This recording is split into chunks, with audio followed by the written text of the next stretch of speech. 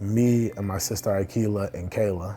We were over here trying to like it's food in the fridge, but it's not really like stuff in there. It's not like enough. So we trying to find our own little hustles and stuff, and we go around and we're raking leaves, shoveling snow in our tennis shoes or whatever, and then we just trying to make stuff go by. When you bring, I think, young people into your locker room and they think that they've been through adversity in life, you show what this young man has done is at 22 years old. You know, he's done more at 22 than what half of us have done at 45. He's not a typical college kid.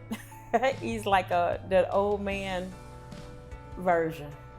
It makes me feel good because I don't have to worry.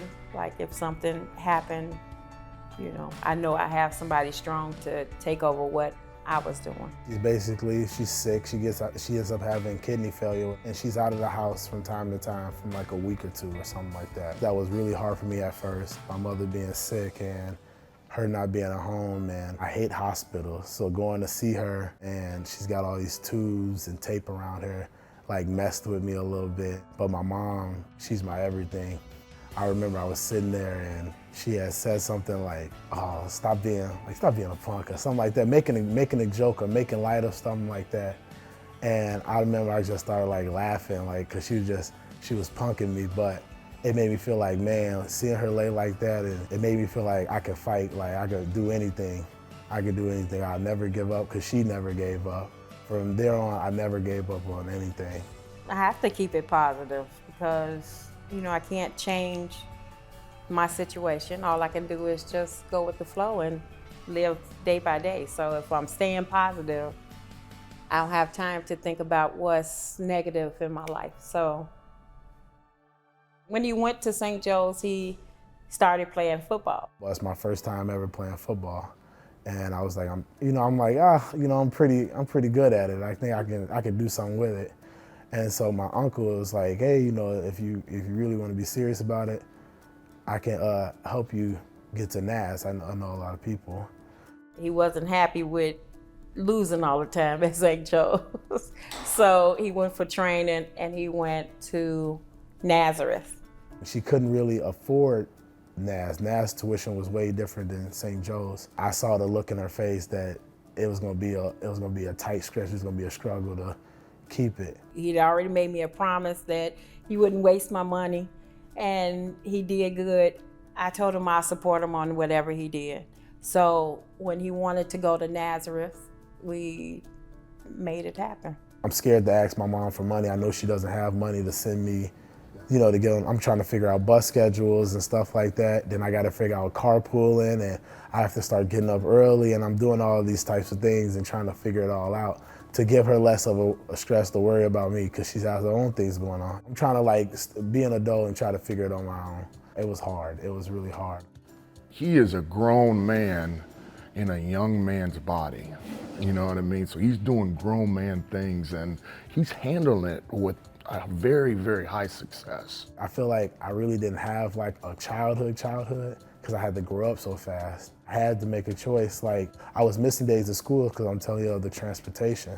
Like, I'm missing days because my mom has dialysis certain days and she's not there. Then I have to figure out this carpooling, and then I got to do all this type of stuff. And that was a struggle, and I didn't want to put so much on her. So I ended up moving in with my girlfriend at the time, my senior year, and staying there. It was the same load, but it felt like it was lesser because I had more resources to do what I had to do. I was trying to be that good mom and be at every game and learn, because I know nothing about football. Now I know a little, just a little. I'm not your typical D tackle, this 6'4", 330 cat that you want.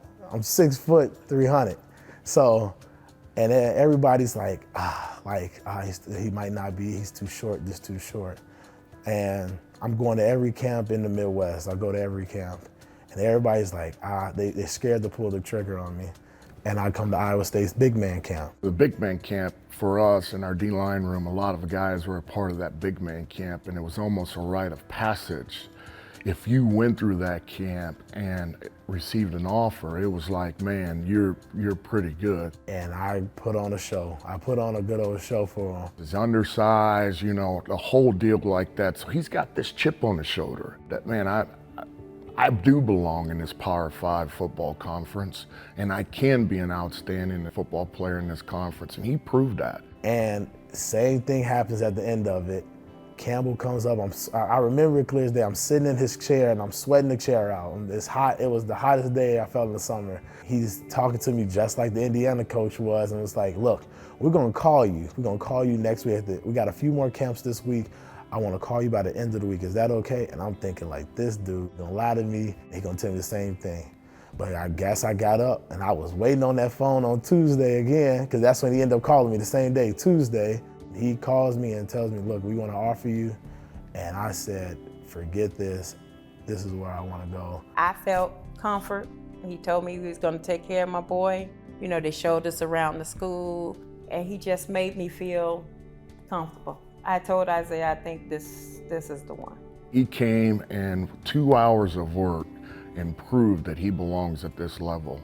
So it was great offering him. I'm glad he accepted, and I'm glad he's here. We went to a lot of colleges. I'm glad he chose Iowa State. When Campbell put his trust in me and he believed in me, just like my mom believed in me to go to a better school and do different, like I was like, I gotta come here. I'm coming here and I'm gonna play for this guy and prove he was right. How many young people today are you seeing that's willing to adopt his sister, make sure she goes to class every day here now at Ames High, you know, make sure that she gets to her extracurricular activities, making sure that she's fed right, she's getting to the dentist, and essentially has become a parent. Man, his sister taking her out of that situation back there in Chicago and placing her in Ames, that now she can thrive. I love my family. Like, that's the biggest thing to me. You know, I'd do anything. I'd give them clothes off my back, the last dollar in my pocket if I could, to make sure my family's okay. It was unpredictable because I was in and out of the hospital continuously. So he suggested that she come down there. I want to make sure that she gets the best opportunity that she can to be successful in life like I got. And then again, I want to take a load off my mom. My mom she puts everybody before herself. You know what I mean? She's been this single mom raising these 5 kids, and I want her to just take a load off and think about her for a second. I think that she's excited being there. He's getting her ready for she can start a job. So she's excited again. She's getting everything a kid would want to have at her age from her brother.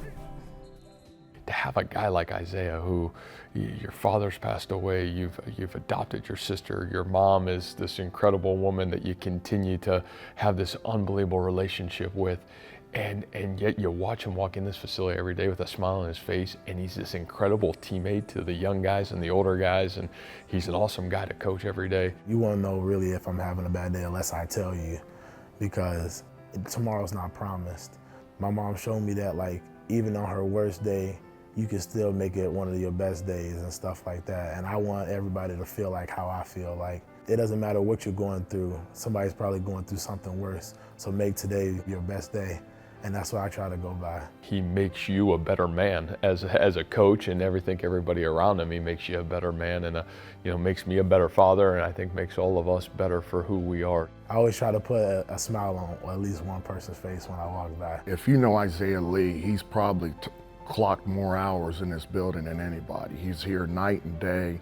I think one of the qualities of a great leader is the ability to relate to everybody, different backgrounds, maybe somebody that doesn't look like you. You see Isaiah Lee, you see Trevor Downing, right? And those two guys have been joined at the hip since they've been here. From two opposite ends of the spectrum, right, of those two guys. And somehow Isaiah Lee is able to be a part of everybody's life in that locker room. I am very, very proud of Isaiah. What he set his mind to, he continues to do it. He's a good kid and a good old man, but I'm excited that he's become who he's become. I feel like my whole life has been like that, and I've been just proving people wrong, and so I'm ready to keep doing it.